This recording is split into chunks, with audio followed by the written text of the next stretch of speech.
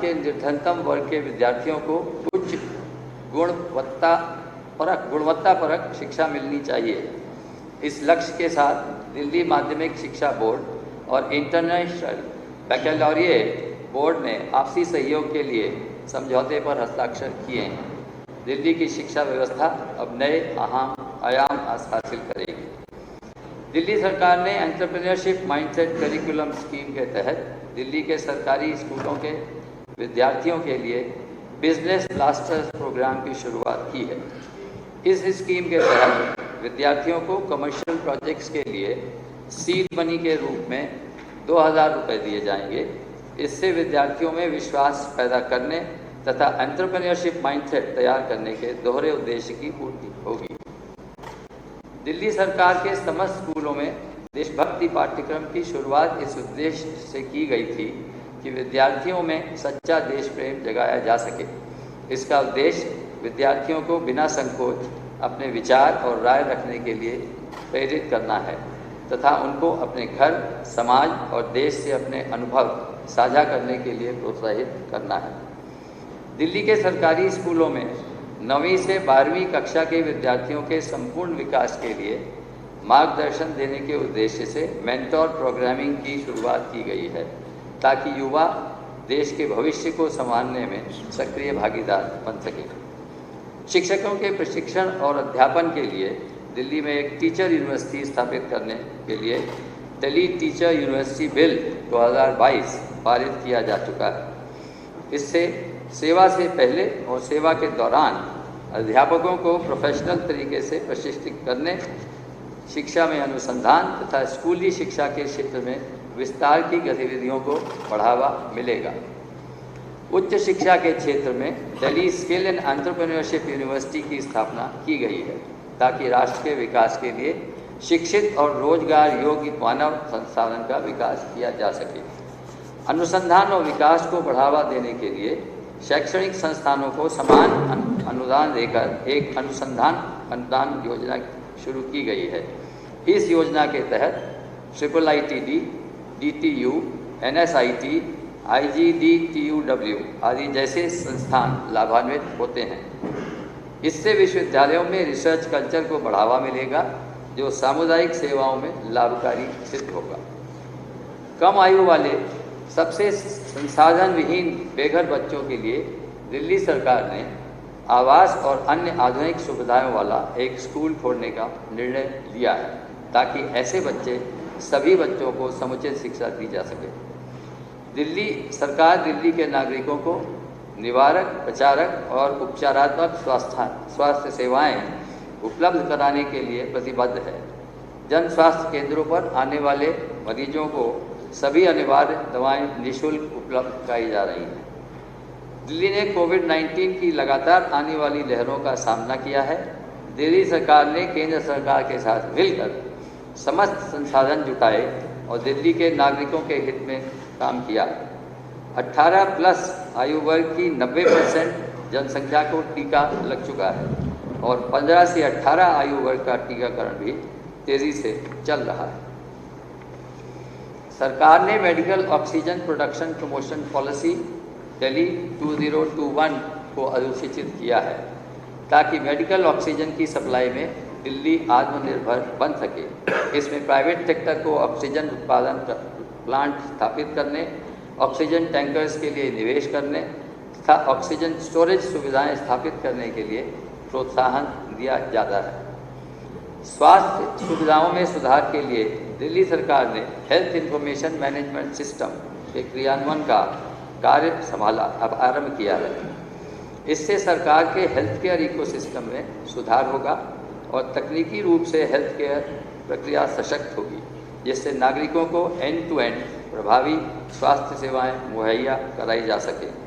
इस प्रक्रिया के अंतर्गत सभी नागरिकों को एक QR कोड आधारित हेल्थ कार्ड उपलब्ध कराया जाएगा, जिससे मरीजों को पहचान करने और जियो टैगिंग के साथ उनकी बेसिक डेमोग्राफिक डिटेल प्राप्त करने में मदद मिलेगी। सभी प्रयासों के बावजूद कोविड की अत्यधिक गंभीरता के कारण दुर्भाग्यवश उनके नागरिकों का जीवन बच नहीं सका। मुख्यमंत्री कोविड-19 परिवार आर्थिक सहयोजना योजना की शुरुआत की गई है ताकि कोविड-19 महामारी के कारण जिस परिवार के मुखिया की मृत्यु हुई है उस परिवार के सदस्यों को आर्थिक सहायता दी जा सके। स्वास्थ्य विभाग ने शिक्षा विभाग के साथ मिलकर आम आदमी मोहल्ला क्लिनिक के कार्य को विस्तार देने के लिए 20 सरकारी स्कूलों में पायलट आधार पर स्कूल स्वास्थ्य क्लिनिकों की रूपरेखा बनाई है। साथ ही स्कूल स्वास्थ्य योजना के तहत दिल्ली के 61 केंद्रों में स्कूली बच्चों को स्वास्थ्य संबंधी जानकारी और स्वास्थ्य सेवाएं उपलब्ध कराई जाती हैं।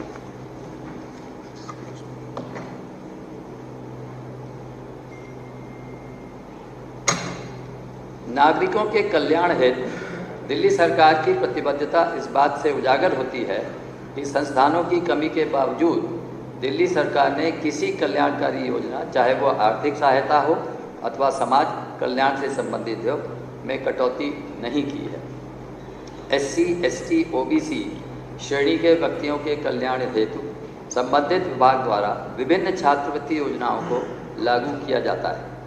जय भीम मुख्यमंत्री प्रतिभा विकास योजना के अंतर्गत SC, ST, OBC के पात्र विद्यार्थियों को एम्पैनल्ड संस्थानों द्वारा UPSC, SSC तथा अन्य प्रोफेशनल कोर्सेज के एंट्रेंस एग्ज़ाम की तैयारी के लिए कोचिंग उपलब्ध कराई जा रही है। दिल्ली सरकार ने आर्थिक रूप से पिछड़े और समाज के अन्य कमज़ोर वर्गों पर विशेष ध्यान दिया है।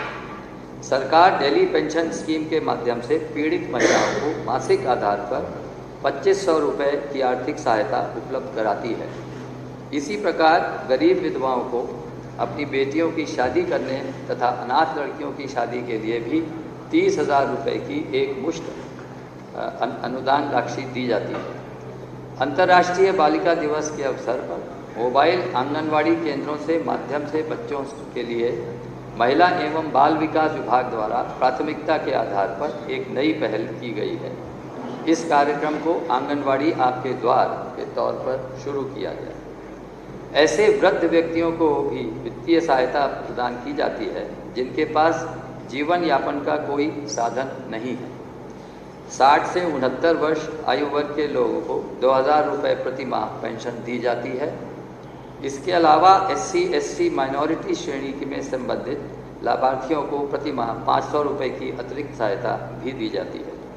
70 वर्ष और उससे अधिक आयु वर्ग वाले व्यक्तियों को 2500 रुपये की मासिक पेंशन दी जाती है। डिसेबिलिटी पेंशन स्कीम के माध्यम से दिव्यांगजनों को 2500 रुपये प्रति माह पेंशन दी जाती है। नेशनल फैमिली बेनिफिट स्कीम के तहत भारत सरकार के अतिरिक्त दिल्ली सरकार द्वारा भी वित्तीय सहायता उपलब्ध कराई जा रही है। इस स्कीम के अंतर्गत परिवार में कमाने वाले व्यक्ति की मृत्यु होने पर गरीब परिजनों को 20,000 रुपये की एक मुश्त सहायता दी जाती है। इस वित्तीय वर्ष के दौरान SC, ST बस्तियों के सुधार के लिए दिल्ली सरकार ने विभिन्न एजेंसियों को 87 सिविल विकास कार्यों की स्वीकृति दी है। इन सीटू रिहैबिलिटेशन के लिए आर्थिक रूप से कमज़ोर वर्गों के लिए देवनगर में 784 बहुमंजिली घरों के निर्माण का कार्य जारी है। लोक निर्माण विभाग द्वारा दिल्ली सरकार की भूमि पर झुग्गियों के रिहैबिलिटेशन हेतु हाउसिंग प्रोजेक्ट के लिए आर्किटेक्चरल कंसल्टेंट की नियुक्ति कर दी गई है। ड्यूसिप दिल्ली में बेघरों के लिए शेल्टरों की व्यवस्था करता है। वर्तमान में ड्यूसिप 195 रैन बसेरों का संचालन और प्रबंधन करने के अलावा अस्थायी स्थानों पर 10 रैन बसेरों को चला रहा है। इन रैन बसेरों में बेघरों को पका हुआ भोजन भी निःशुल्क उपलब्ध कराया जाता है। कोविड-19 प्रतिबंधों के चलते आर्थिक रूप से कमज़ोर और समाज के वंचित वर्गों को सहायता की विशेष आवश्यकता है। इन वर्गों के लोगों की भोजन की आवश्यकता देखते हुए PDS के साथ साथ नॉन PDS लाभार्थियों के लिए भी निःशुल्क खाद्य पदार्थों को वितरण का कार्य किया गया। दिल्ली सरकार ने one nation one ration card योजना को क्रियान्वित किया है ताकि इंट्रा स्टेट और inter state ration card portability के माध्यम से खाद्य सुरक्षा के लिए राष्ट्रव्यापी पोर्टेबिलिटी लागू की जा सके। पीडीएस लाभार्थियों को पारदर्शी तरीके से राशन उपलब्ध कराने के लिए उचित दर दुकानों में ई पॉस की व्यवस्था की गई है। लाभार्थी अब दिल्ली में ई पॉस इनेबल्ड किसी भी उचित दर दुकान से अपना राशन ले सकते हैं। दिल्ली में कामगारों की विभिन्न श्रेणियों के लिए न्यूनतम मजदूरी में संशोधन किया गया है, जो देश में सभी राज्यों और संघ शासित क्षेत्रों में सबसे अधिक है तथा ए कैटेगरी शहरों में केंद्र सरकार के दरों के समकक्ष है। शहर में पानी की मांग को सफलतापूर्वक पूरा किया गया है। दिल्ली जल बोर्ड लगभग 15,000 किलोमीटर पाइपलाइन नेटवर्क के माध्यम से 945 MGD पेयजल की आपूर्ति करता है। 1577 अनधिकृत कॉलोनियों में पाइपलाइन द्वारा जलापूर्ति की जा रही है। इसके अतिरिक्त जिन क्षेत्रों में पानी की आपूर्ति के लिए पाइपलाइन नेटवर्क नहीं है, वहाँ इसकी आपूर्ति के लिए 12 से अधिक टैंकरों द्वारा जल आपूर्ति की जाती है। यमुना नदी की सफाई के लिए इनोवेटिव इंटरसेप्टर सीवर प्रोजेक्ट का कार्य लगभग पूरा हो चुका है। इसके अतिरिक्त यमुना एक्शन प्लान के 3 अंतर्गत कोरोनेशन पिलर, कोंडली और रिठाला में सीवेज ट्रीटमेंट प्लांट्स का निर्माण कार्य भी जारी है। दिल्ली ने रिकॉर्ड पीक पावर डिमांड को जीरो लोड शेडिंग के साथ सफलतापूर्वक पूरा किया है। दिल्ली में बिजली की दरें पड़ोसी राज्यों की तुलना में सबसे कम है। 2020-21 के दौरान बिजली सब्सिडी योजना का लाभ 91.40% आवासीय उपभोक्ताओं को मिला। सरकार का प्रयास है कि दिल्ली के कुल ऊर्जा स्रोतों में रिन्यूएबल एनर्जी का हिस्सा बढ़ाया जाए। दिल्ली सोलर पॉलिसी 2016 अधिसूचित की गई है। शहर में स्थापित रूफटॉप SPV संयंत्रों के माध्यम से उपलब्ध कुल सौर ऊर्जा 221.46 मेगावाट है। अब तक 1160 सरकारी भवनों पर लगभग 136 मेगावाट क्षमता के सौर संयंत्र लगाए जा चुके हैं। शेष सरकारी इमारतों पर भी सोलर प्लांट लगाने के लिए नीति बनाई जा रही है। मुख्यमंत्री किसान आय बढ़ोतरी सोलर योजना को भारत सरकार की ministry of new and renewable energy की प्रधानमंत्री किसान ऊर्जा सुरक्षा एवं उत्थान महाअभियान स्कीम के साथ जोड़कर क्रियान्वित किए जाने का प्रस्ताव है, ताकि कृषि भूमि पर खेती के साथ साथ ऊर्जा उत्पन्न करने के लिए सोलर पैनल स्थापित किया जा सके। एग्रो फोटोवोल्टेइक्स को प्रदर्शित करने के लिए एक 110 किलोवाट का सोलर प्लांट स्थापित किया गया है।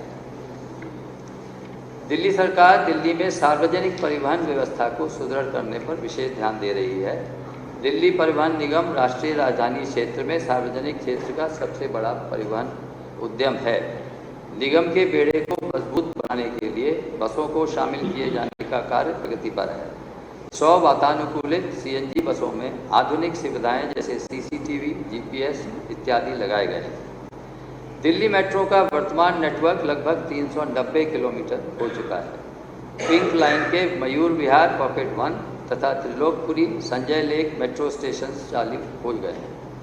इस महत्वपूर्ण कनेक्शन के शुरू होने से 59 किलोमीटर लंबी पिंक लाइन निर्बाध रूप से दिल्ली के उत्तरी और पूर्वी हिस्सों को जोड़ सकेगी। रिंग कॉरिडोर के रूप में जानी जाने वाली पिंक लाइन दिल्ली मेट्रो का सबसे लंबा कॉरिडोर होगा।